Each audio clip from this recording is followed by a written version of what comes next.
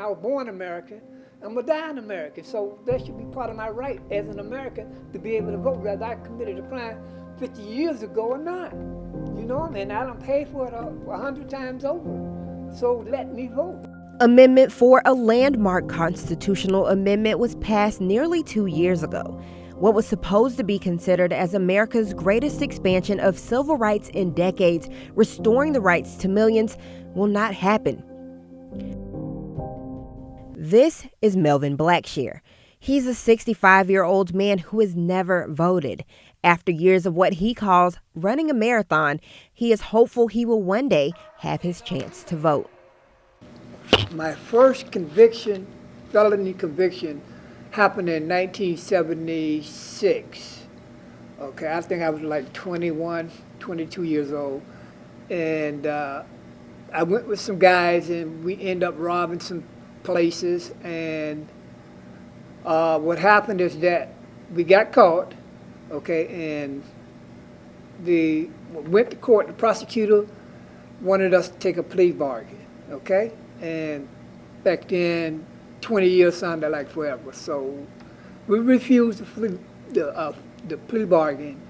And the judge informed us that, well, if you're found guilty by a jury, we're going to give you the max, which is life in prison. So we took our chances and we lost. Ended up with life. Most states restore voters' rights to individuals with felonies after their sentences are complete. Florida is among the few states with the most restrictive rules, according to the National Conference of State Legislators. I started getting a lot of flyers and a lot of people, you know, in parking lot doing voter registration time, asking me, can I vote? Can you register and stuff? And I said, no, I'm an ex-felon and I can't vote. And so through the help of Pastor, you know, the Reverend Dr. Holmes and other programs, they got me into some programs that will help pay off the restitution. People like Bob Ratcliffe with the Big Bend Voting Rights Project wish to help people free their vote. People have a right to vote. You know, we've been calling ex-felons returning citizens for a very good reason. They were citizens. They didn't lose their citizenship by committing a felony. So they have rights. And their Amendment 4 provided for an automatic restoration of voting rights for ex-felons who've completed their sentences.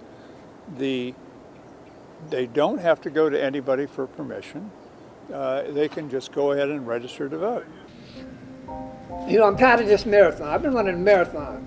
To me, it's like a marathon, you know, and I can see the finish line for, okay, now, 76 to 2001. That's about, what, 30, 40, almost 40 years? Yeah, so I've been running a long marathon, you know. So I want to cross the finish line so at least one day I can vote. That's my, if I don't do nothing else, let me vote. Give me a chance to vote before I die, you know.